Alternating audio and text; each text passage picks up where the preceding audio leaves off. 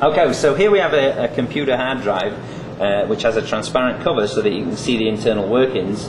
There's a voice coil actuator here which is going to move the servo arm across the magnetic surface here where the data is. Now what we'll see is some examples of tracking on the servo arm. So there are computer tracks. If I imagine my fingers here being 4 tracks, when it does a 1-track seek, it will be moving to this track, then this one, then this one, then this one. Then it will switch to 2-track seeks where it will jump 2 tracks at a time. And then 4 and 8 tracks and so on. Now it happens so quickly that it looks almost like smooth continuous motion, but it's not. It's really moving to one particular track, locking on it within 10% tracking error so it could read-write data, and then moving on to the next one. And I'll spin it up now and we'll see the demo. Okay, so the disk starts up with a certain initialization procedure, and then it will go into this test demo. This is not what your normal computer hard drive would do when it was running, but it's going to demonstrate seeking different tracks.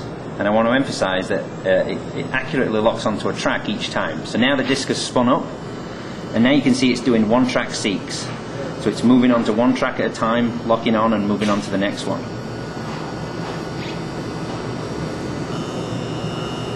So you can see as it does this motion, it looks kind of continuous, but it's not. It's actually moving from one specific track to another, jumping, I think we're up to 32 or 64 tracks at a time on each sweep.